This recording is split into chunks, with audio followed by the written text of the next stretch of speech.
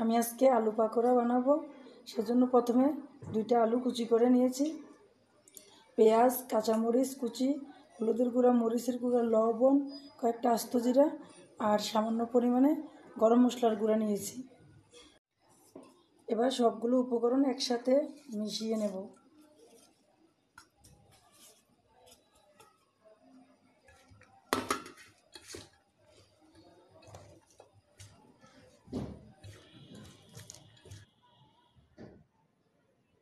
পরিমাণ মতো আটা দিয়ে মেখে নিব।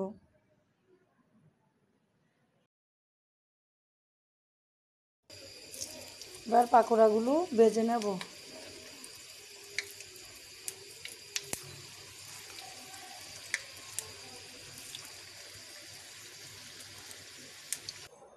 মচমচে করে পাকোড়াগুলো ভেজে নিলাম।